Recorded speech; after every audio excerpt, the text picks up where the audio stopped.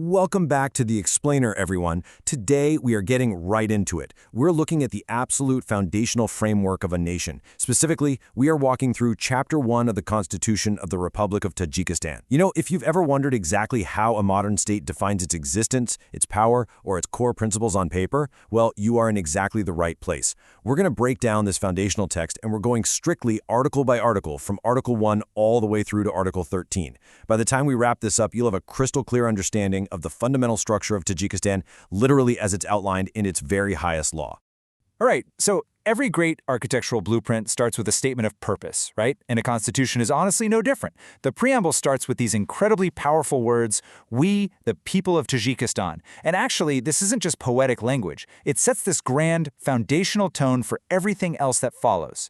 It immediately establishes that the nation sees itself as deeply connected to the global community, while at the exact same time carrying a profound legal and moral responsibility to three very distinct groups: the generations of the past, the citizens of the present, and of course, the generations yet to come. Okay, let's dive into this. What you're seeing is the original text of the Constitution, complete with the amendments that have been made by national referendums over the years. We are grounding our entire explainer right here in this primary document. Literally everything we discuss today is pulled directly from these pages.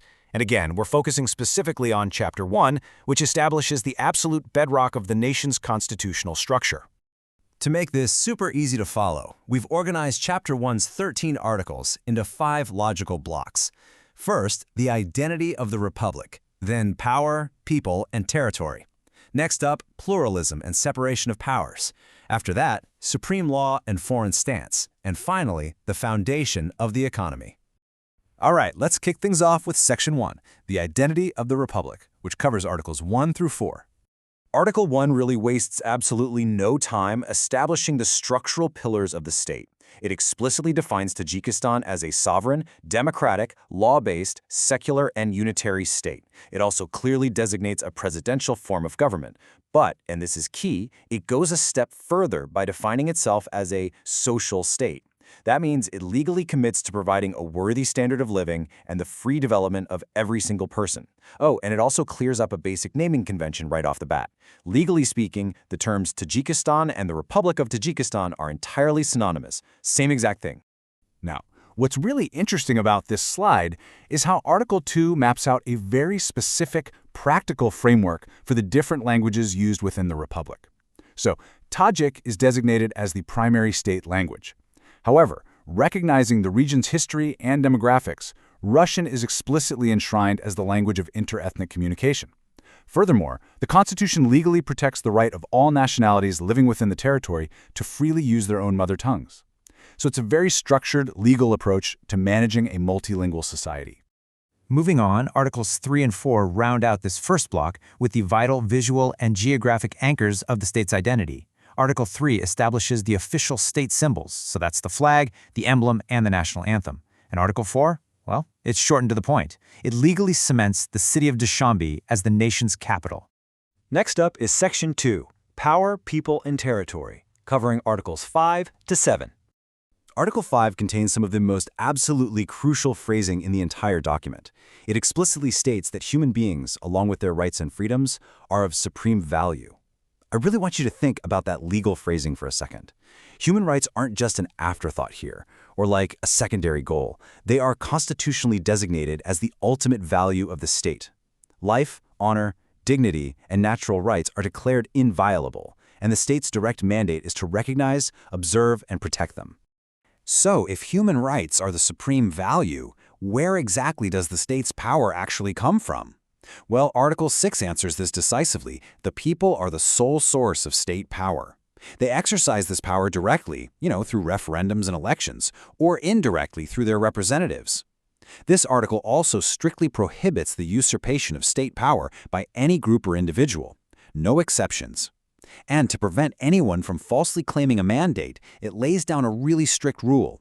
Only the president and the 2 houses of parliament, when they're sitting together in a joint session, only they have the right to speak on behalf of all the people of Tajikistan. With Article 7, we actually transition over to the physical realm. This article declares that the territory of Tajikistan is indivisible and inviolable. It specifically outlines the country's administrative composition, including the Gorno-Badakhshian Autonomous Province, alongside the other provinces, cities, and districts. And crucially, to maintain this physical unity, the Constitution explicitly bans any propaganda or actions of separatism that would disrupt the unity of the state. All right, moving right along to Section 3, Pluralism and Separation of Powers, which is Articles 8 and 9. So the crucial point is right here in Article 8, which establishes this concept of ideological pluralism. The Constitution dictates that public life develops based on a whole variety of political and ideological trends. Basically, it explicitly forbids the ideology of any single party, religion, or group from ever becoming the official state ideology. To maintain this balance, religious organizations are legally separated entirely from the state, and they cannot interfere in state affairs.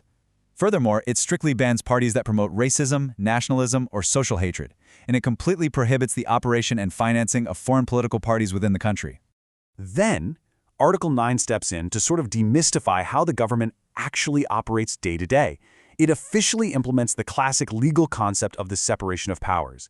It basically mandates that state power is exercised by dividing it into 3 distinct branches: the legislative, the executive, and the judicial. This ensures that no single entity or branch holds all the keys to the government, right? It creates a structural system of checks and balances.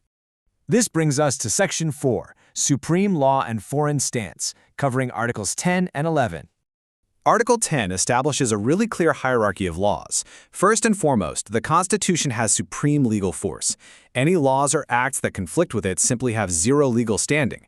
But the fascinating interplay happens with international law. You see, the Constitution states that recognized international legal acts are integrated directly into the Republic's own legal system. And even more significantly, if a domestic law happens to conflict with a recognized international act, the international norms actually prevail. It's a really powerful commitment to global legal standards.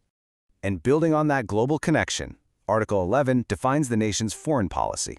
The Constitution mandates a peaceful foreign policy and an explicit respect for the sovereignty and independence of other nations. To really underscore this commitment to peace, the Constitution contains a complete and total prohibition on the propaganda of war.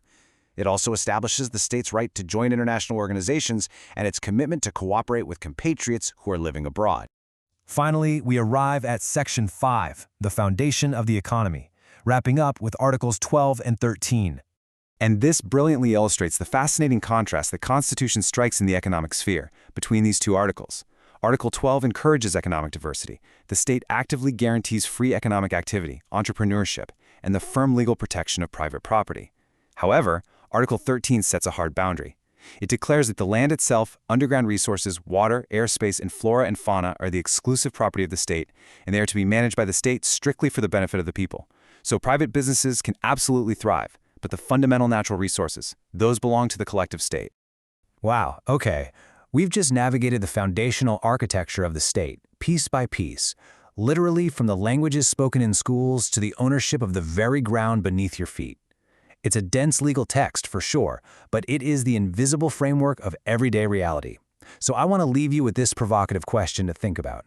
How do these 13 foundational rules actually shape your daily life, your rights, and your interactions with the world around you today? Because understanding the source material is the very first step to understanding the society we live in. Thank you so much for joining me on this explainer, and keep learning.